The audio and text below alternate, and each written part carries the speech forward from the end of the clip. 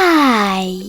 In front of me is Lenovo Tab M7 and today I would like to show you how you can rename it. First of all, go into Settings and scroll all the way down right away.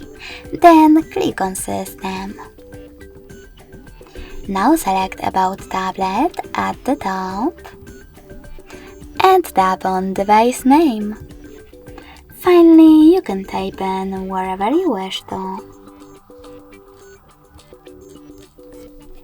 To save your name, click on OK in this pop-up. And then in this one, About Visibility.